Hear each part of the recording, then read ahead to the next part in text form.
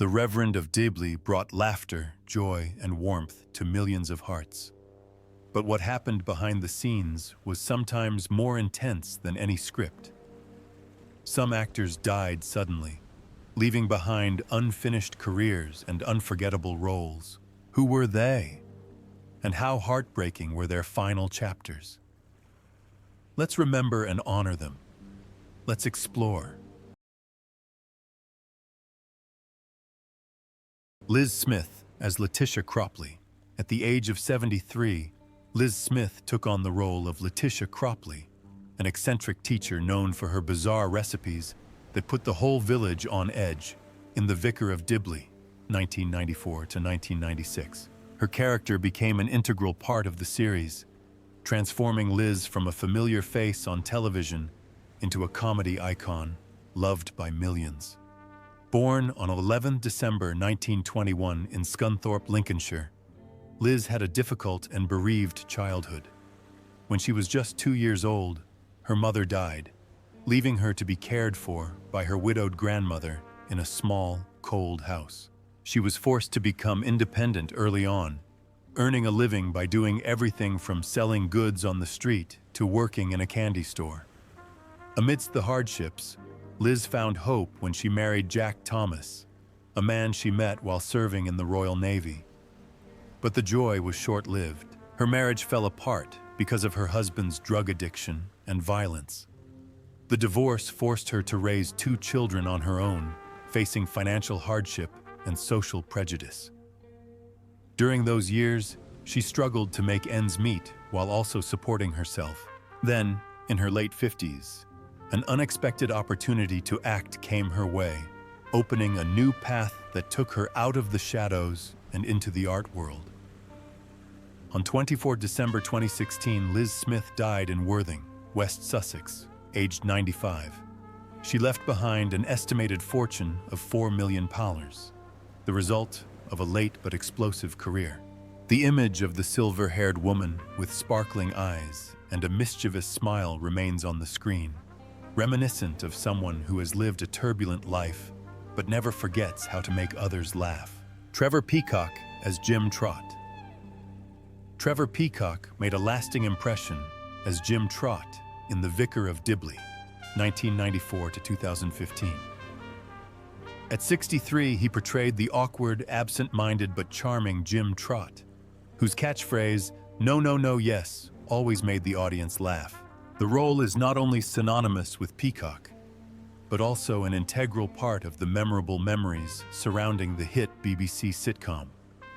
Born on May 19, 1931 in Tottenham, England, Peacock grew up in a country just emerging from war, with all the economic hardship that entailed. He experienced deep emotional pain, with 2 failed marriages and periods of raising children alone in difficult circumstances. The pressures of family and career led to habits such as smoking and drinking, which seemed harmless but gradually weakened his health. Despite this, Peacock continued to work hard in both acting and music, leaving his mark with the hit song "Mrs. Brown, You've Got a Lovely Daughter," which topped the US Billboard charts in 1965. However, in 2009, when his career was still stable, he was diagnosed with dementia. The disease progressed rapidly, robbing him of his cognitive abilities, his ability to communicate, and even his memories of the accomplishments he had built. On March 8, 2021, Trevor Peacock died in Yeovil, England, at the age of 89. His net worth was estimated at £1.5 million, a reward for decades of dedication to stage, television, and music. Although his terminal illness has erased his memories, his artistic legacy remains vivid, a lasting reminder that his laughter and music will continue to resonate for years to come. John Bluthal as Frank Pickle. John Bluthal left an indelible mark on audiences around the world with his portrayal of Frank Pickle, the meticulous but delightfully absent-minded parish council clerk in The Vicar of Dibley, 1994 to 2013, a role he took on at the age of 65. He brought the verbose and charming Frank Pickle to life, turning dull parish meetings into some of the series' most memorable moments. The image not only brought laughter, but also became a familiar symbol for fans of British sitcoms. Born on August 12, 1929, in Jeziorzanie, Poland, Bluthall's childhood was tumultuous as war and anti-Semitism spread across Europe. In 1938, at the age of 9, he and his family fled to Australia to escape persecution, beginning a difficult life in exile. Poverty forced John to work from a young age to support his family, forging his resilience but also leaving deep emotional scars. As an adult, he married actress Judith Barron, but their marriage ended in divorce, leaving him to raise their children alone under financial and professional pressure. Tragedy struck again when a serious car accident caused a spinal injury, forcing him to retire from the stage and suffer from chronic pain for many years. His habit of smoking and drinking socially in the art world further strained his heart health. However, with a persistent passion for art, Bluthall made a comeback, appearing in everything from classic Spike Milligan comedies to Hollywood blockbusters like Casino Royale, a testament to the enduring appeal of an artist who persevered through adversity. On November 15, 2018, John Bluthall passed away in New South Wales, Australia, at the age of 89. His net worth is estimated at $2 million, the result of more than 6 decades of tireless work in international theater, television, and film. His passing has left a huge void in the hearts of his fans, especially since it came just 2 years after he lost his lifelong partner, Gary Waldhorn, as David Horton. At 51, Gary Waldhorn is forever remembered for his role as David Horton, the conservative but charismatic chairman of the parish council in Dibley Cathedral from 1994 to 2020. He portrayed a rigid and patriarchal character with a subtle sense of humor, creating a perfect contrast with the female priest Geraldine Granger. The interaction between the two characters became one of the decisive factors that made the series deeply loved. Born on July 3, 1943 in London, to a family of Austrian Jewish origin, Waldhorn grew up in an atmosphere of dark memories of wartime. His father, who had served as a translator for German prisoners of war, brought with him the tensions and haunting stories of that period, filling Waldhorn's childhood with a persistent sense of insecurity. As an adult, he found stability in his marriage to Christy Dickinson, but after their only son left home, loneliness began to creep into his life. His stage career required a grueling schedule that drained him year after year. Tragedy was compounded in 2019 when his mother passed away after a long illness, leaving him with a deep void in his final years. On January 10, 2022, Gary Waldhorn died in London at the age of 78. His net worth is estimated at $3 million, largely from his iconic role in the play Vicar of Dibley and endorsement deals. Although he has passed away, the image of David Horton, tough but still full of dignity, still lives on, reminding us of an actor who devoted all his heart and energy to art. Roger Lloyd Pack as Owen Newitt. At the age of 50, Roger Lloyd Pack took on the role of Owen Newitt, the straightforward but humorous farmer in the play Vicar of Dibley, 1994 to 2007. He transformed the rustic, sometimes eccentric, but surprisingly warm Owen into a memorable character, in stark contrast to the image of the vicar Geraldine. Lloyd Pack was also a key figure, slowly but surely, in Only Fools and Horses, a role that cemented his status as a British cultural icon. Born on 8th of February 1944 in Islington, London, Roger Lloyd Pack grew up in an artistic, but not without turbulence. His father, the actor Charles Lloyd Pack, was both the inspiration for his career and the person he parted with too soon when he died in 1983. The loss left a deep emotional void and sent him into a long-term depression. Overcoming this grief, Lloyd Pack faced other challenges, 2 failed marriages, and the responsibility of raising a child alone under financial and professional pressure. His health gradually deteriorated, due to his long-term smoking and drinking habits, indulgences from his youth that later contributed to his diagnosis of pancreatic cancer. Even when he was ill, he continued to work, trying to maintain his public image until his health finally failed. On 16 January 2014, Roger Lloyd Pack died in London at the age of 69. His net worth was estimated at £5 million, largely from his role as Trigger in Only Fools and Horses, as well as appearances in films such as Harry Potter and The Goblet of Fire and various television projects. He was buried at Highgate Cemetery, where fans still visit to pay their respects. Emma Chambers as Alice Tinker. Emma Chambers left an unforgettable mark on audiences through her role as Alice Tinker in the play The Vicar of Dibley, 1994 to 2007, a role she took on at the age of 30. She transformed Alice into a comedy icon, innocent, eccentric, but extremely lovable. The on-screen chemistry between Alice and the vicar Geraldine Granger not only brought laughter, but also created warm, touching moments, making the character an integral part of the film and in the audience's memories. Born on March 11, 1964 in Doncaster, England, Chambers grew up in a family of medical professionals but faced serious health problems from a young age. She suffered from severe animal allergies and chronic asthma, which affected her daily life and caused her to be hospitalized several times. However, her passion for acting drove her to take to the stage and screen despite these limitations.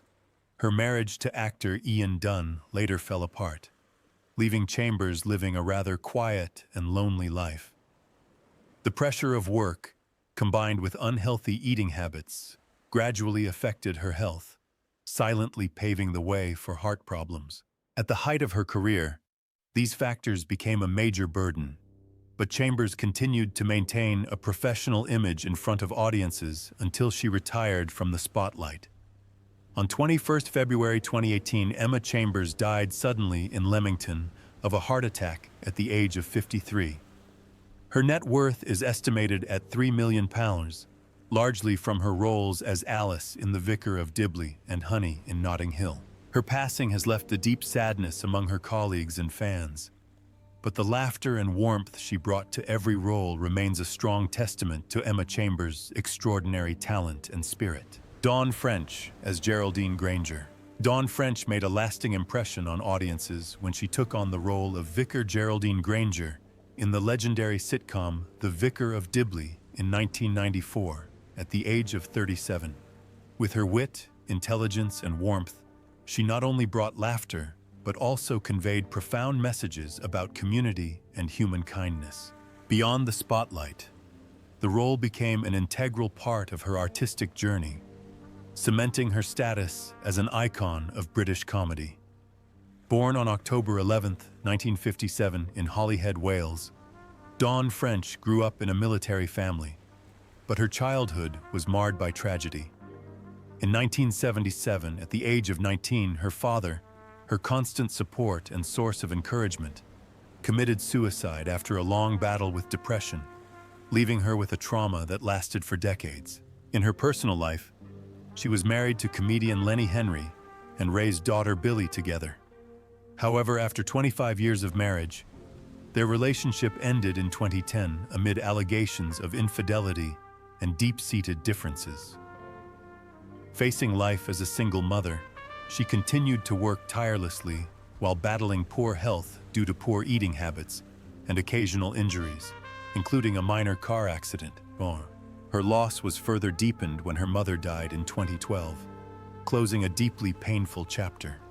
As of 2025, at the age of 68, Dawn French is still active in the entertainment industry, still appearing in public with her trademark charm. Her net worth is estimated at £10 million, largely from Vicar of Dibley and her best-selling books. To her fans, she is a symbol of resilience and spiritual strength. Richard Armitage as Harry Kennedy.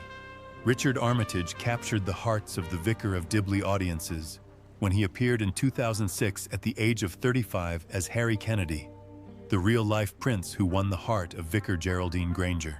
Despite only appearing in the final episodes, his character became one of the series' most beloved and romantic highlights, bringing a sweet and emotional conclusion to Geraldine's journey. Born on August 22, 1971 in Leicester, England, Armitage grew up in a modest family, with his father working as an engineer and his mother working as a secretary. His childhood was spent in the peaceful Leicestershire countryside, where he discovered his passion for the arts by playing the cello and performing in school plays. However, alongside that passion came challenges. As a shy child with few friends, Armitage often felt pressured to express himself through music and acting. After graduating, Armitage was determined to pursue his artistic ambitions by enrolling at the London Academy of Music and Dramatic Art. He spent years as a stage actor on an irregular income, working everything from waitering to teaching music to make ends meet. These difficult years forged the resilience and emotional depth that would later define his on-screen charisma. In 2025, at the age of 54, Richard Armitage is still busy acting and voiceover work, and is considered one of Britain's finest audiobook narrators. His net worth is estimated at £15 million, having been built on notable roles such as Thorin Oakenshield in the Hobbit trilogy and Netflix series The Stranger. For fans of the Vicar of Dibley, the image of Harry Kennedy smiling happily at his wedding to Geraldine remains an iconic moment. Richard Griffiths as Bishop Mulberry. At the age of 52, Richard Griffiths appeared in The Vicar of Dibley in 1999 as Harry, a witty and insightful friend who brought a rare blend of depth and sophistication to the film. His performance had a special charm that not only added to the film's appeal, but also piqued curiosity about the man behind the brilliant on-screen talent. Born on July 31, 1947 in Thornaby-on-Tees, England, Richard Griffiths had a challenging childhood. Both his parents were deaf, forcing him to learn sign language at a young age to communicate with his family. At the age of 8, he underwent radiotherapy to his pituitary gland, a medical decision that was intended to stimulate growth, but which resulted in a lifelong metabolic disorder that led to chronic obesity. His distinctive physique made him a target for ridicule and bullying, leaving him with deep emotional scars. However, this pain quietly forged his extraordinary ability to embody a character with strength and subtlety, allowing him to create characters with great emotional weight on both stage and screen. On 28 March 2013, Richard Griffiths died in Coventry at the age of 65, following complications from heart surgery. He left behind an estimated fortune of 5 million towers. But more importantly, he left behind an artistic legacy that will live on in the hearts of audiences. His warm smile, kind eyes, and resonant voice are as vivid in memory as if he were still there, playing the characters that defined his career. James Fleet as Hugo Horton. James Fleet made a lasting impression on audiences when he played Hugo Horton, the kind but clumsy son of the parish council chairman, in the legendary comedy The Vicar of Dibley in 1994, when he was 42.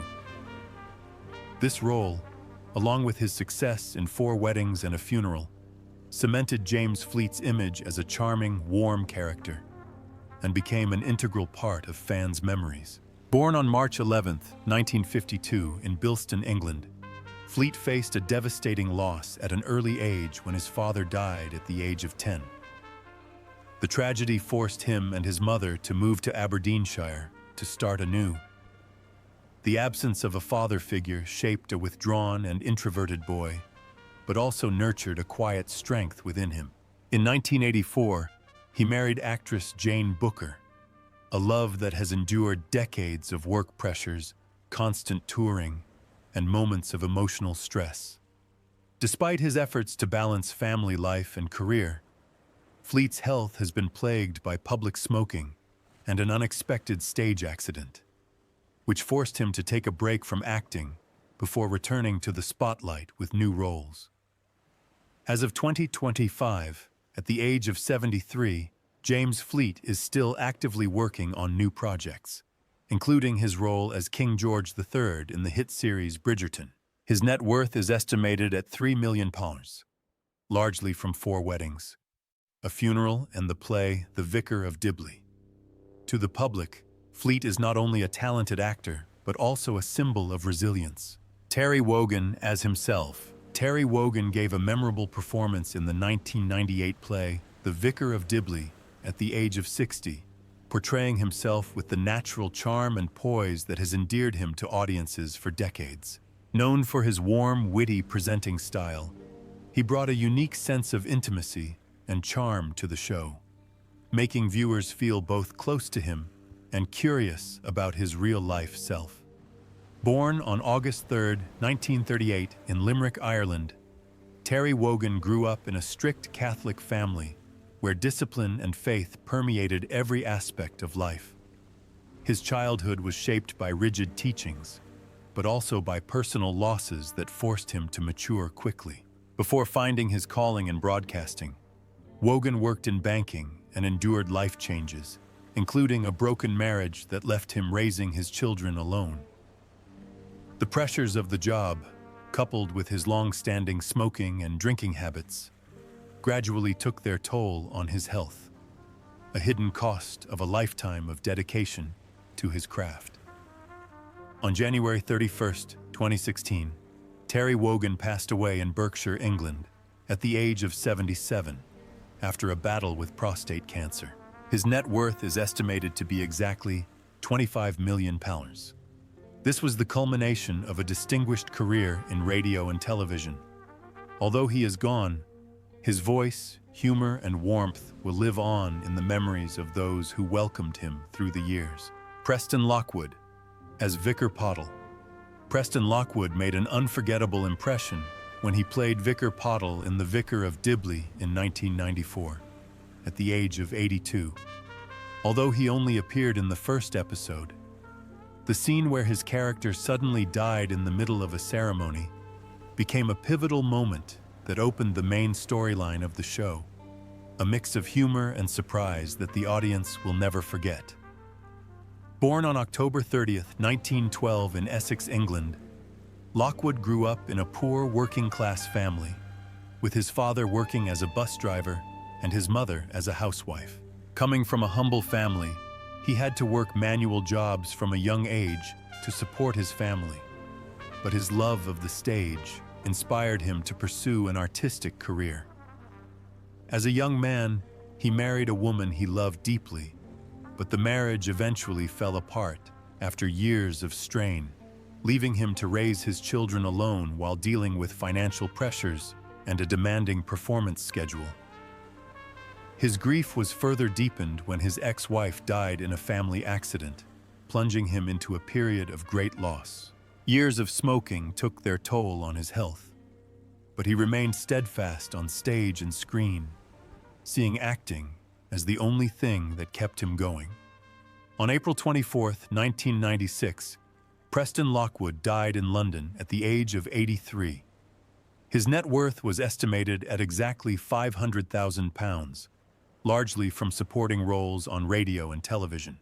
For those who have seen him perform, his image remains a beautiful memory, proving that even the shortest roles can leave a deep impression.